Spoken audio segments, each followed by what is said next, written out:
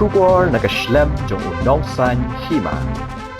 Uba Robertjune Kharjahrin ubalapha shithi eno ekakam kum Vice President ke UDP Sengkme bat kum udukhat ke UDP hado kashnong ka ba usang usa ompat shim yakarai Shano unlet ban penyaso elade Henry udang shong perkhat chwa Haba yakren bat uba Robertjune Kharjahrin omkwa mankren AA Henry kumbalapau ha ka shithi kalapen I ba omdan shu ha ka seng UDP